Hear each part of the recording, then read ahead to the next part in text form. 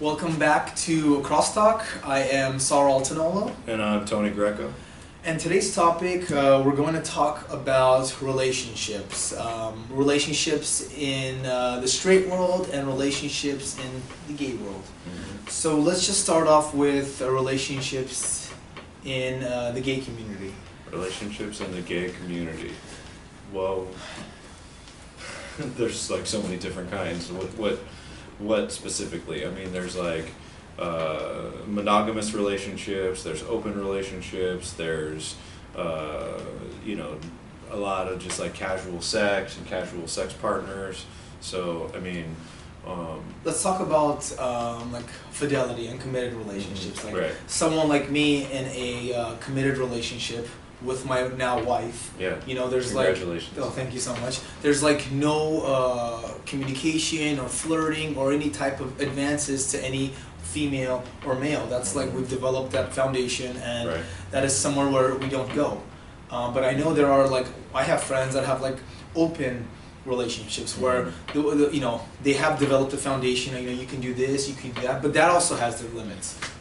Well, yeah, and you know, one of the first things that we're taught if you're looking at like a gay relationship, and like if they're coming in for therapy, for example, is if they're in an open relationship or they're both like kind of sleeping with other people, not to pathologize that, not to look at that as that there's something wrong in the relationship.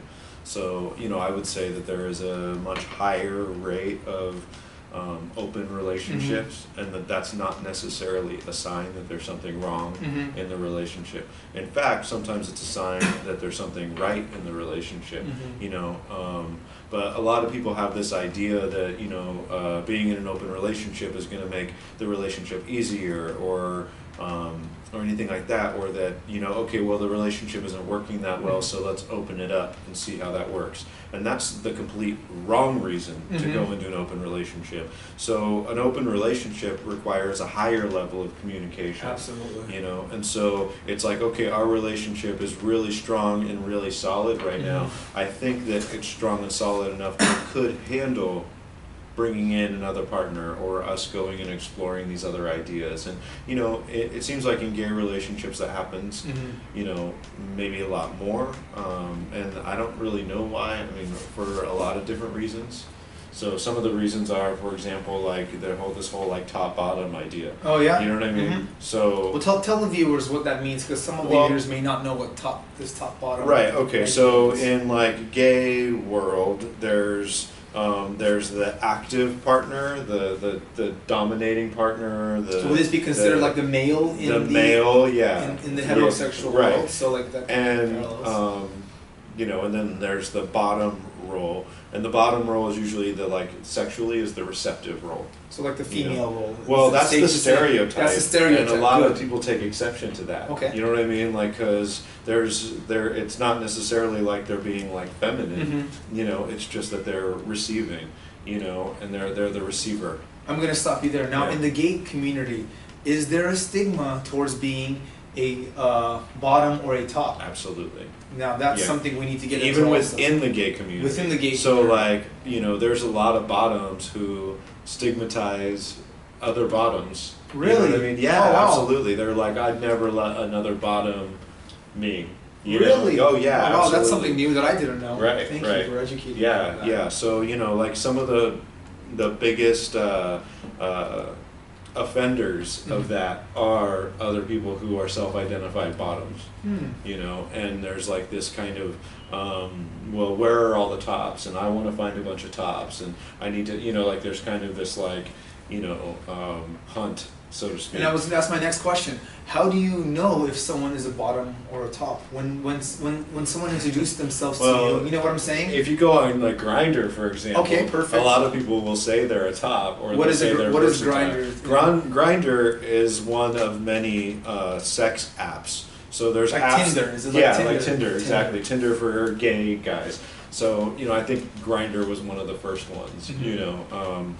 And so you go on there and you put in your information, and a lot of people on Grindr, they'll say they're a top, but you know, come to find out that they're like probably not really a top. They'll also say they're like straight acting, but when you go and actually talk to them, they're like, you know, about as feminine as whatever, you know, or they put on pictures and they say recent pictures, and it's recent like as in when they were in high school, and that was 20 years same ago. Thing as the heterosexual dating. They'll put a picture that doesn't resemble them or just looks nothing like them. So and you show up and you're like, yeah. How did you think you were going to get away with this? Like, what were you thinking? Like, did you think that I wasn't going to notice? Not that I'm on any of those. I can show you my phone, like, they're a waste of my time. Totally professional here. Yeah, well, I mean, you know, I don't think there's anything even wrong with them. It's just like, it doesn't work for me. Because one of those things is that people represent themselves in this way that's just not true. And you don't know until you get in bed with someone, really is the truth. Like, what their sexual kind of, and there's a good way to say sexual preferences, what their sexual preferences are. Like, you have no idea, you know, and all of a sudden you're with someone who says they're top, and you get in bed and they want to, like, receive. And, you know. My question is, can two tops date each other? Well, now we go full circle to the open relationship thing. Oh, okay. So perfect. Two people may find each other and they really, really like each other and they get along and they're really attracted to each other, but they're both tops. Oh. And let's say neither one really like receiving, you know. So they find other ways to sexually please each other. They can, you know, there's oral sex and mutual masturbation, and, you know, and a lot of gay relationships isn't about sex. It's about being just like a heterosexual. Absolutely. You know, it's like about being together. And some women have difficulty, like, with the whole penetration aspect too. So you know, right. Yeah. And they're still together. Absolutely. You still be together. You because just the find relationship other ways. goes beyond sex. Exactly. I mean, in my professional opinion, I'm sure yours too, if I can speak for you, like, relationships are, you know, beyond sex. If you really truly love somebody, there, you know, there's an emotional connection, religious connection sometimes. There's that you have to share the same worldviews. You know, of course, you are going to have that sexual intercourse, but it shouldn't be solely based on sex if you're going to have a long-lasting relationship. Right, exactly. And so, you know, gay relationships wind up in the same position. Absolutely. And a lot of, like, longer-term gay relationships, you know, they don't have that much sex. You know, why? I don't know. It's probably the same thing like heterosexual relationships. You get used to the body, you get used to the pheromones. Yeah. It's not the same anymore. And so, you know, what happens with, like, open relationships is you get those two tops together, and they really love each other and they're really together, but, you know, at some point they want to, you know, take it to the next level. They want to, like, you know, get their, you know, get their human on. Yeah, exactly. So, you know, you'll find them finding a third sometimes, and you'll find them, like, you know, or them going out and having their own partner. And that depends. I mean, I believe that it requires a much higher level of communication, again, and establishing boundaries and deciding, like, do you want to know, one, is it okay that I do this or not? Is it okay, do I need to ask you for permission first, or is this something that I can go and do and then tell you later? Do you not want to know at all? Like a don't ask, don't tell. Like, right, some people have a don't ask, don't tell kind of relationship. Others have a 100% transparency. Whatever it is, it's important to establish the rules and then follow them, but most important is to check in on the rules. So rules in any kind of relationship, I mean, this is true, I guess, is the rules have to be fluid and flexible, and you know, and communication. And communication has to be, you know, constant. You know, there has to be constant communication. So, you know, you don't have just like, okay, well, that's what we said and that's what we kind of agreed upon, and years later, here we are still stuck in this same thing. Or going, well, remember that one time I asked you if it was okay and you had said, yeah, do whatever you want. See? And then that was the end.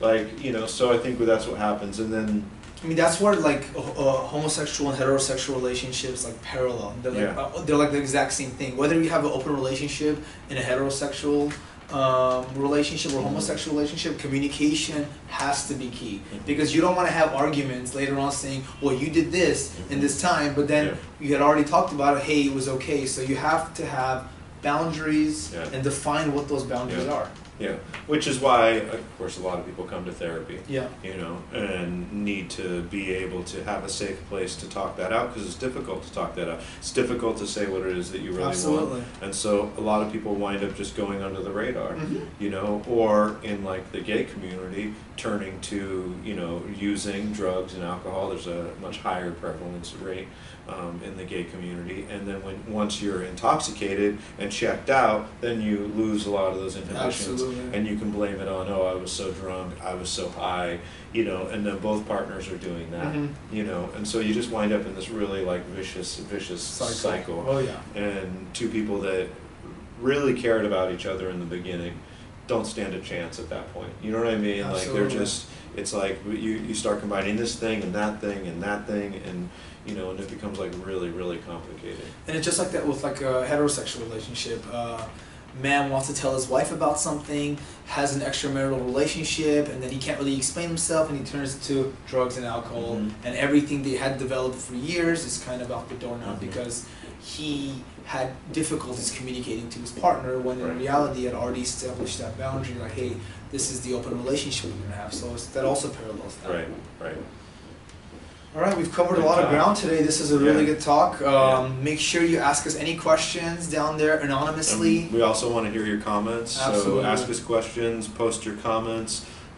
This is an ongoing discussion, just like the idea of relationship and being an open relationship should be an ongoing conversation. So is this. And please subscribe to Crosstalk. Thank you. See you next time.